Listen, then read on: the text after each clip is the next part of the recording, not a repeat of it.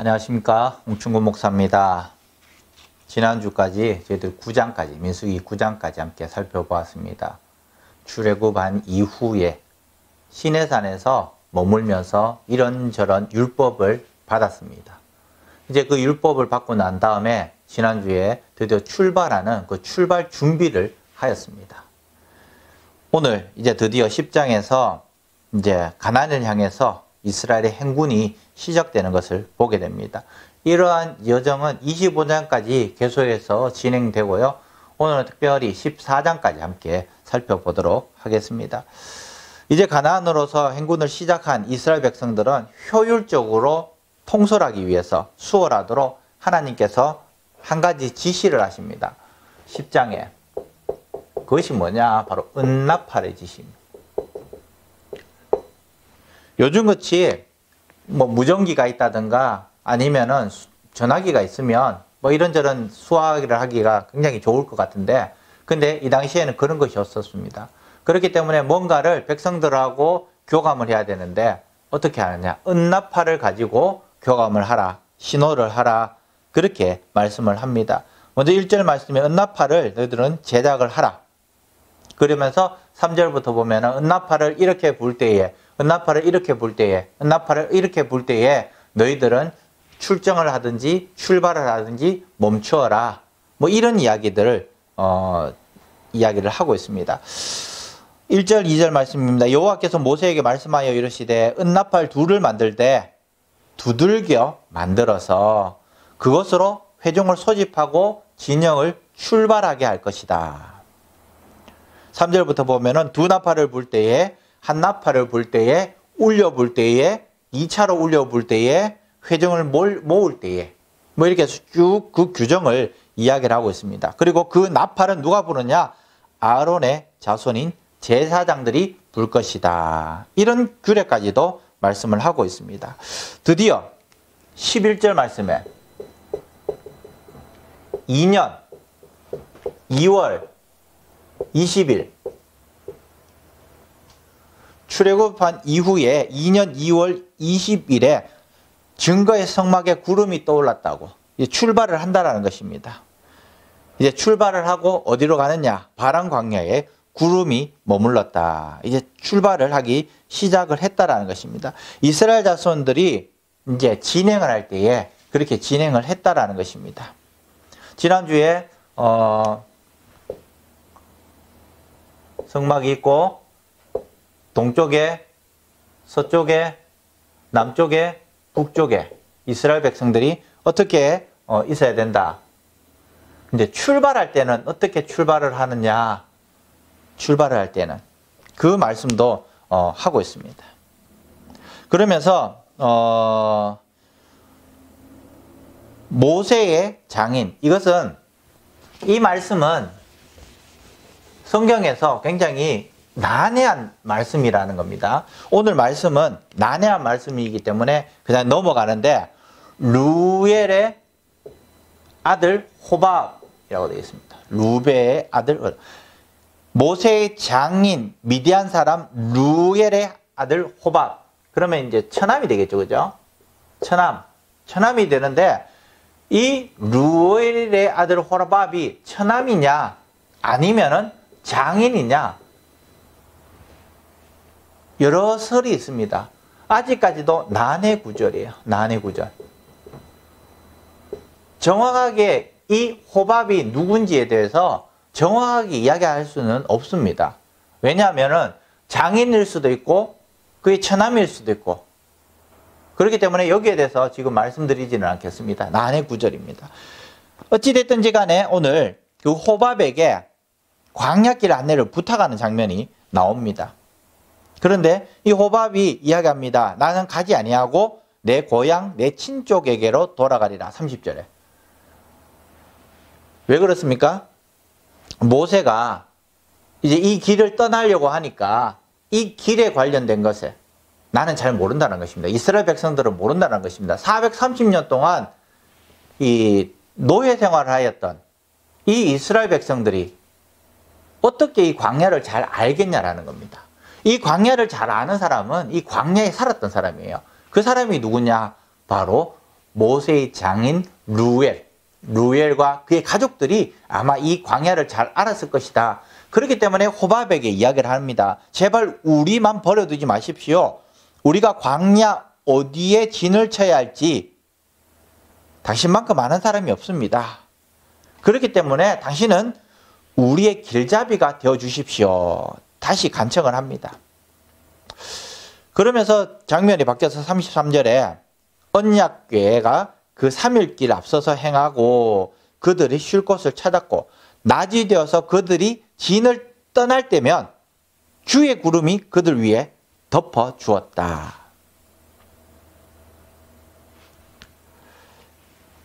그러면서 이 모세가 기도를 합니다. 어떤 기도를 하느냐? 백성들을 향해서 궤가 떠날 때에는 모세가 여호와여 일어나사 주의 대적들을 흩으시고 주를 미워하는 자가 주 앞에서 도망하게 하시고 궤가 쉴 때에는 여호와여 이스라엘 종족들에게로 돌아오소서 하더라. 여호와가 이제 궤가 떠납니다. 궤가 떠난다는 것은 이제 이동을 할 거예요. 이동을 할 때에는 대적들을 다 물리쳐 주시고 또 궤가 멈출 때에는 다시 하나님께서 오셔서 우리와 함께 해주십시오. 그렇게 기도를 하고 있는 것입니다. 이제 출발을 서서히 했습니다. 출발할 때에 이제 은나팔 규정도 만들고 그리고 자기의 장인에게 호밥에게 이야기를 합니다. 같이 가주십시오. 그리고 난 다음에 또 하나님 앞에 기도하고 있는 그 모습을 보게 되는 겁니다. 그런데 갑자기 11장에 되어서 분위기가 변화됩니다. 어떻게 변화됐냐면 11장 1절에 보면은 여호와께서 들으시기에 백성들이 악한 말로 원망했답니다. 원망. 백성들이 원망을 했습니다. 그래서 여호와께서 들으시고 진노하셔 여호와의 불을 그들 중에 붙여서 진영 끝을 사르게 하셨다. 백성이 이제 모세에게 부르짖습니다. 너무 무서우니까 내가 죽으니까 부르짖습니다. 그래서 모세가 하나님께 기도하여서 불이 꺼졌는데 그런데 그곳의 이름을 다베라라 했다. 다베라.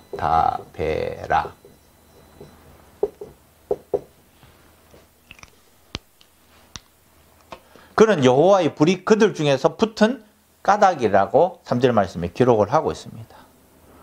자, 이렇게 악한 말로 원망을 하고 다시 하나님께서 그 원망하는 것을 받아들였는데 그런데 또다시 원망을 합니다. 4절 말씀에 이스라엘 중에서 섞여 사는 무리들 200만 명이 출애굽을 했습니다. 그런데 200만 명이 다 이스라엘 백성들이 아니었습니다. 주로 이스라엘 백성들이었고 거기에 잡족도 함께 나왔습니다. 잡족도. 이 섞여 사는 무리가 탐욕을 품었다고. 그래서 이스라엘 자손도 거기에 동조를 했습니다. 누가 우리에게 고기를 주어 먹게 할꼬. 애굽에 음식을 추억하고 있는 것입니다. 애굽에.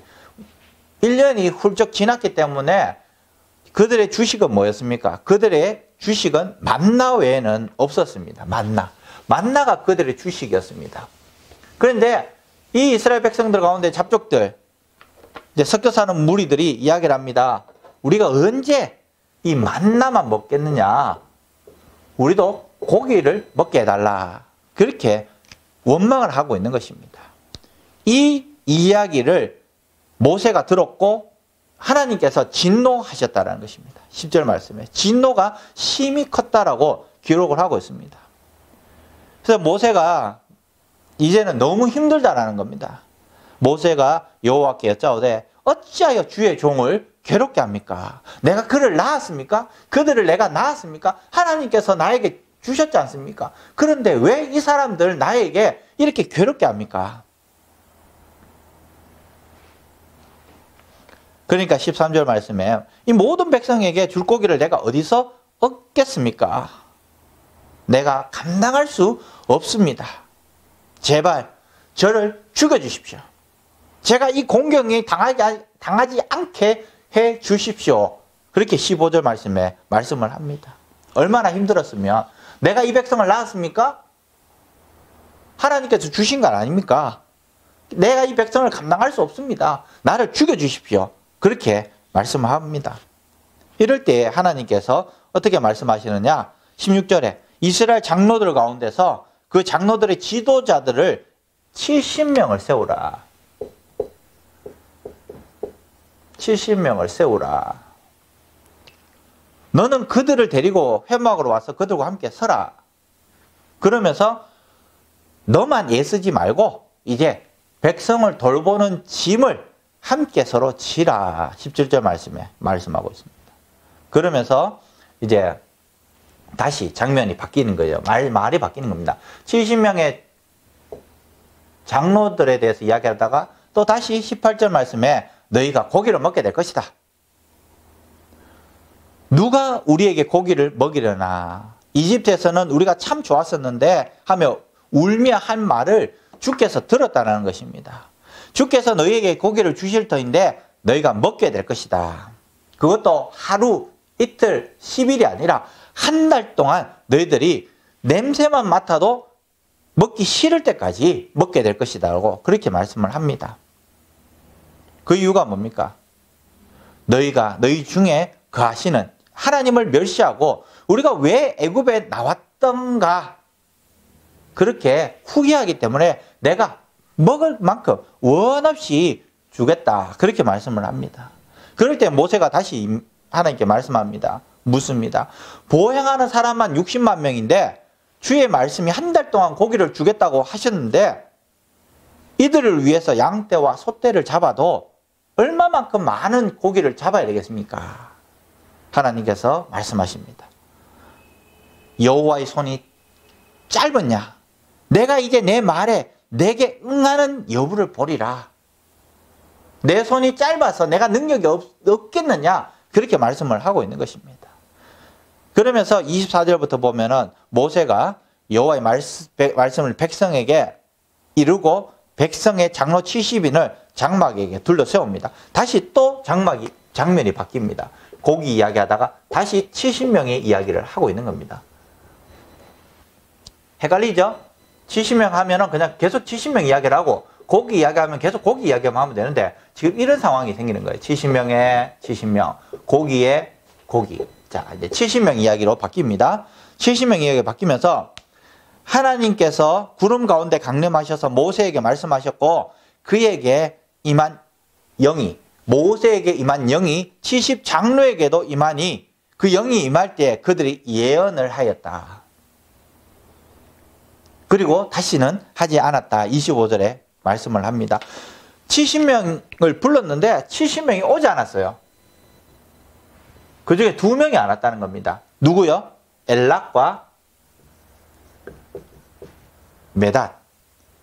엘닷과 메닷이 2명이 오지 않았습니다.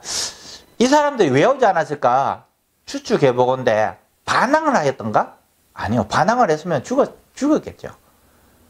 무슨 사정 때문에 엘닷과 메닷이 오지 못했습니다. 그런데 이 2 사람에게도 진영에 머물고 있었는데 이 2 사람에게도 영이 임하여서 소위 말해서 성령 충만함을 받았다는 것입니다. 자세히 생각해 보면 여기서 우리는 2 가지를 한번 생각해 보게 됩니다. 하나님의 영은 제한이 없습니다. 성령 충만을 받는 데는 제한이 없습니다. 성령 받기 위해서 기도원 가가지고 금식기도 하고 아닙니다. 성령은 하나님께서 주시는 거예요. 내가 내 자리에서 간절히 사모하면서 기도하면서 말씀 보면서 내 생활 잘 할 때 또 성령 충만을 받을 수 있습니다. 성령 받기 위해서 특정한 기도원이나 장소를 찾는 것은 위험한 미신적인 행위입니다.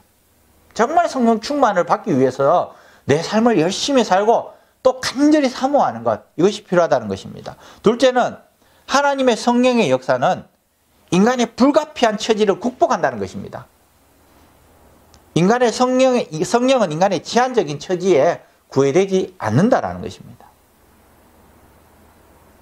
하나님께서 주시기 때문에 내 삶이 어떤가가 중요한 것이 아니라 하나님께서 주시는 거예요. 내가 여기 있든지 내가 저기 있든지 내가 아프든지 내가 건강하든지 상관이 없다는 것입니다. 그러면서 모세가 말씀합니다. 모든 백성에게 다 선지자가 되게 하기를 원하노라. 그렇게 말씀을 하고 있는 것입니다. 이제 다시 어디로 넘어옵니까? 70명에서 70명으로 넘어왔습니다. 끝. 고기에서 다시 고기로 넘어갑니다. 어떻게 해요? 바람이 여호와께서 나와 바다에서부터 메추라기를 몰아서 진영 이 곁으로 불러 떨었다는 겁니다. 두 규빗 한 이 정도 됩니다. 두 규빗 45cm니까 90cm죠. 한 90cm 정도, 두 규빗 정도 내리게 하셨다는 것입니다. 메추라기를. 백성들이 종일종량 하루 종일 하루 종일 이튿날 종일토록 메추라기를 모으고 진 사면에 펴 두었다라고 32절에 기록을 하고 있습니다. 적게 모은 사람도 10호멜. 적게 모은 사람도 10호멜. 10호멜이 뭐냐? 한 호멜은 10에바입니다. 10에바. 1에바는 22리터 정도 됩니다. 22리터. 1에바는 22. 그러면 10에바는 220리터. 한 호멜은 220리터. 10호멜은 2200리터. 자, 2200리터가 어느 정도냐? 놀라지 마십시오. 2200리터는 2톤이라고 합니다. 2톤. 네. 적게 모은 사람도 2톤을 모았다는 겁니다. 얼마나 많이 모았습니까? 고기를. 그 33절 말씀에 이들이 너무나 기뻐하고 있을 때 고기가 아직 이 사이에 있어 씹히기 전에 여호와께서 백성에게 대하여서 진노하셨고 큰 재앙이 일어났는데 그 재앙이 그곳의 이름을 기브롯 핫다와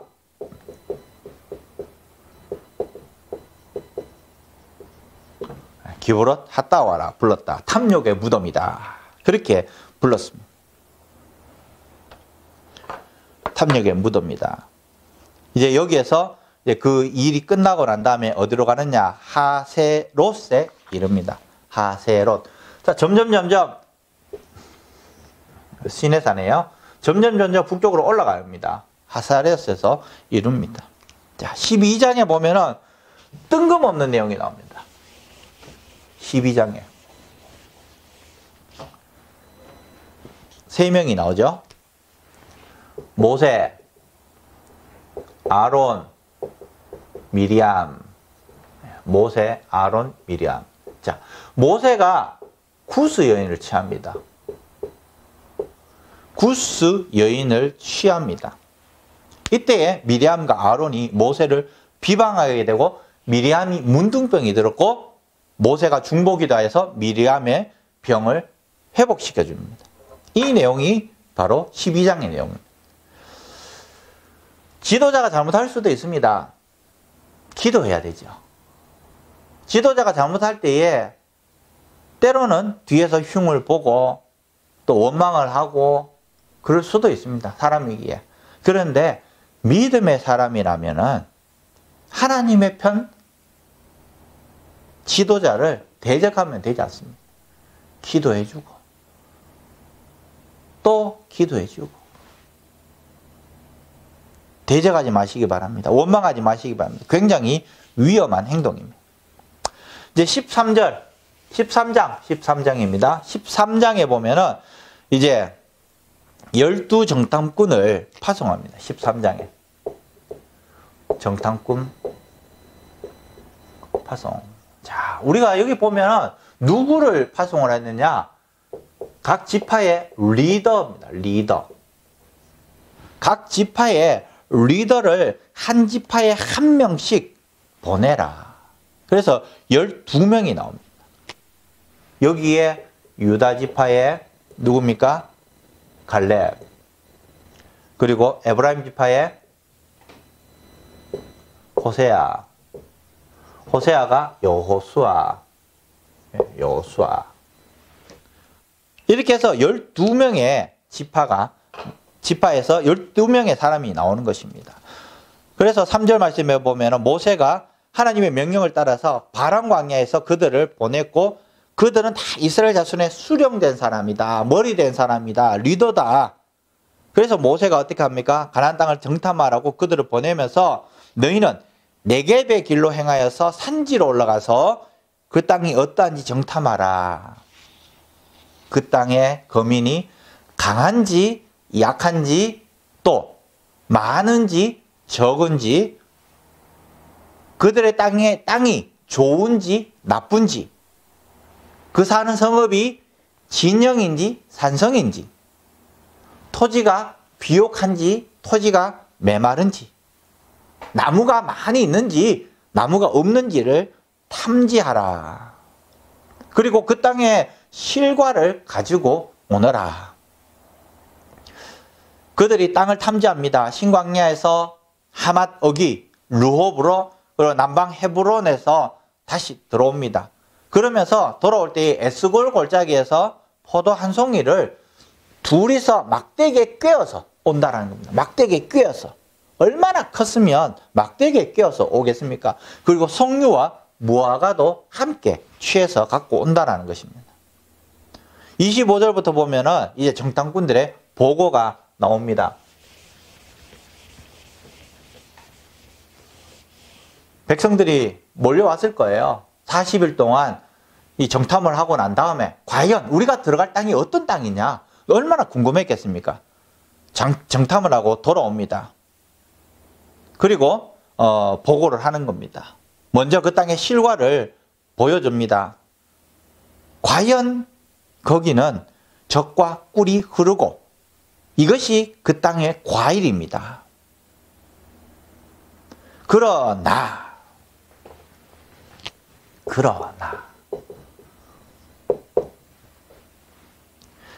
그 땅 사람들은 강하고 성읍은 견고하고 힘이 크고 거기는 아낙 자손 같은 사람들을 보았습니다. 아말렉인은 남방 땅에 거주하고 헷 사람과 여부수 사람은 그리고 아무리 사람들은 산지에 거주하고 가나안 사람들은 해변과 요단가에 거주했습니다. 아말렉, 헷, 여부수, 아모리, 가나안 족속들이 거기에 있는데 곳곳에 다 땅을 차지하고 있었습니다. 그러나 너무너무 좋아요. 그러나 갈렙이 모세 앞에서 백성을 조용하게 하고 이르되 우리가 곧 올라가서 그 땅을 취하자. 능히 이기리라. 그렇게 말씀을 했습니다. 그런데 우리는 능히 올라가서 그 땅을 차지하지 못하리라. 10명의 정탐꾼들이 못하겠다고 부정을 합니다. 그들은 우리보다 강하니라. 또 그러나 이야기를 합니다. 악평을 합니다. 32절 33절에 이렇게 기록을 하고 있습니다. 우리가 두루 다니며 정탐한 땅은 그 거주민을 삼키는 땅이고 거기서 본 모든 백성은 신장이 장대하고 거기서 네피림의 후손인 아낙 자손의 거인들을 보았고 우리는 스스로 보기에도 메뚜기 같았다. 그들이 우리를 보기에도 그랬을 것이다. 그렇게 이야기를 합니다.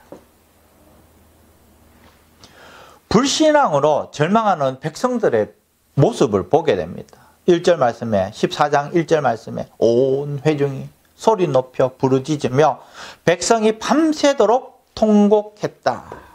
그러면서 원망을 합니다. 이스라엘 자손이 다 모세와 아론을 원망하며 온 회중이 그들에게 이르되 우리가 애굽 땅에서 죽었거나 이 광야에서 죽었으면 좋았을 것을 어찌하여 여호와가 우리를 그 땅으로 인도하여 칼에 쓰러지게 하려 하는가?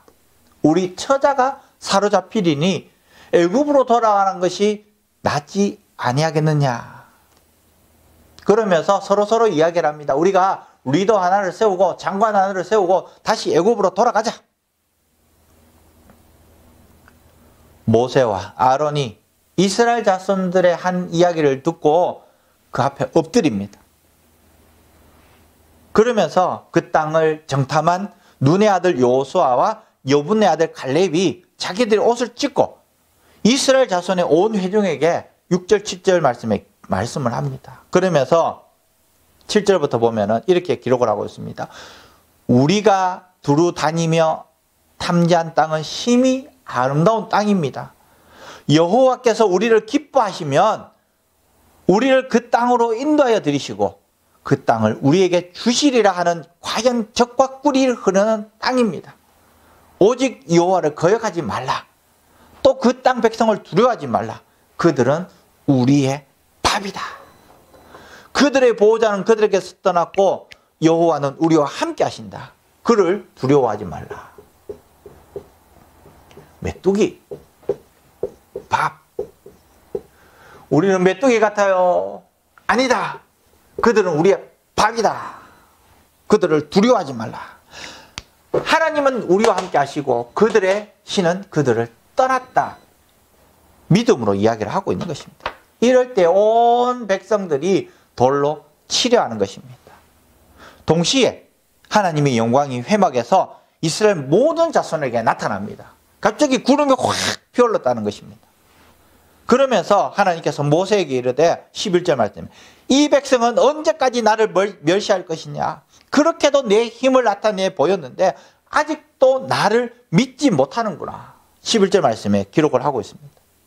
그러면서 내가 전염병으로 그들을 쳐서 멸하고 내가 그들보다 크고 강한 나라를 이루게 하리라. 내가 너희를 다 죽여버리겠다. 없애버리겠다는 겁니다. 쓸어버리겠다는 것입니다. 그럴 때에 모세가 다시 한 번 더 백성을 위해서 중보하면서 일어납니다. 백성을 위해서 중보합니다. 이 땅 백성을 멸해서는 되지 않는 이유를 이야기를 합니다. 13절 14절 애굽인 중에서 주의 능력으로 이 백성을 인도하여 내셨거늘 그리하시면 그들이 듣고 이 땅 주민들에게 전하겠습니다. 하나같이 죽이시면 하나님께서 인도할 능력이 없는 하나님으로 그들이 생각할 것입니다. 18절 말씀에 여호와는 노하기를 더디하시고 인자가 많아 죄악과 허물을 사하시나 형벌 받을 자는 결단코 사하지 아니하시고 아버지의 죄악을 자식에게 갚아 3, 4대까지 이르게 하리라 하셨나이다. 구하옵나니 주의 인자의 광대하심을 따라 이 백성의 죄악을 사하시되 애굽에서부터 지금까지 이 백성을 사하신 것 같이 사하시옵소서. 19절 말씀에 하나님을 향해서 구하는 그 모습을 보게 됩니다. 20절 말씀에 모세의 기도를 듣고 어떻게 합니까? 내가 내 말대로 사하노라. 그러나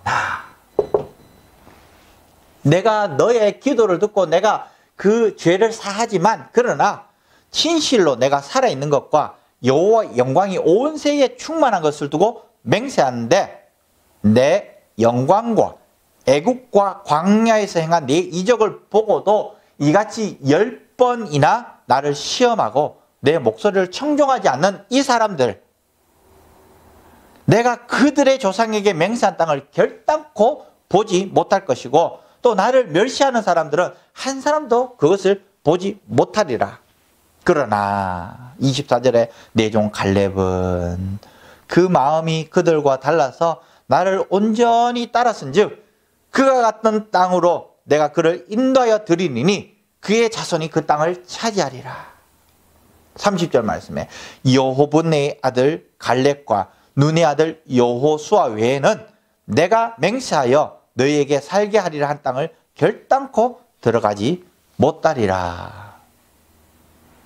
그러면서 징계를 하십니다. 27절에 나를 원망하는 이 악한 회중을 내가 어느 때까지 참으랴. 이스라엘 자손이 나를 향하여 원망하는 바 그 원망하는 말을 내가 들었노라. 내 귀에 들린 대로 내가 너에게 행할 것이다. 28절에 너희 말이 내 귀에 들린 대로 내가 너희에게 행할 것이다. 너희 시체가 이 광야에 엎드려질 것이다. 여분의 아들 갈렙과 눈의 아들 여호수아를 제외하고 너희가 사로잡히겠다고 말하던 그 유아들은 내가 인도해서 그 땅을 볼 것이지만 그렇지만 너희 1세대들은 여기서 다 죽을 것이다.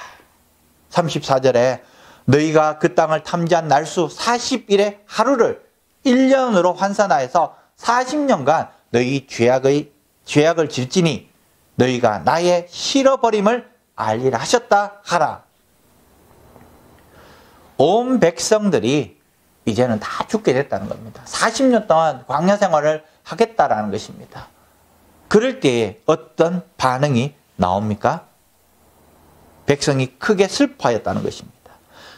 그래서 아침에 일어나서 그들이 백성을 모아서, 군인들을 모아서 산 꼭대기로 올라갑니다. 우리가 여기 있습니다. 얼마나 사람이 좀 그렇습니까? 어제까지만 해도 돌아가자 했는데 하나님한테 한번 질책을 당하고 난 다음에 어떻게 이야기합니까? 우리가 여기 있습니다. 우리가 올라가겠습니다. 우리가 하나님께서 허락하신 곳으로 올라가리니 우리가 범죄하였습니다. 용서해 주십시오. 이야기를 합니다. 모세가 만류합니다. 가지 마라. 아말렉인과 가나안인 너희 앞에 있으니 너희가 그 칼에 망할 것이다. 그런데 어떡합니까? 그들은 그래도 산꼭대기로 올라갔고 아말렉인과 산지에 거하는 가나안인이 내려와서 쳐서 파하고 호르마까지 이르렀더라. 우리 인생의 모습과 비슷합니다. 하나님과 매일 우리가 교통한다고 하지만 그러나 정작 하나님보다는 우리 현실을 더 생각하고 있는 현상 가운데에 우리가 하나님을 떠날 때가 얼마나 많습니까? 믿음이 무너질 때가 얼마나 많습니까? 그럼에도 불구하고 끝까지 인내하시는 그 하나님을 우리는 믿고 또 하나님의 말씀에 순종하며 하나님께서 그 말씀을 붙잡고 우리는 나가야 하는 것입니다. 그것이 믿음의 신앙인의 모습이 아닐까. 현실은 녹록하지 않습니다. 그럼에도 불구하고 우리가 여호수아와 갈렙처럼 하나님의 말씀을 붙잡고 나갈 수 있는 우리 성도들 되기를 축복합니다. 감사합니다.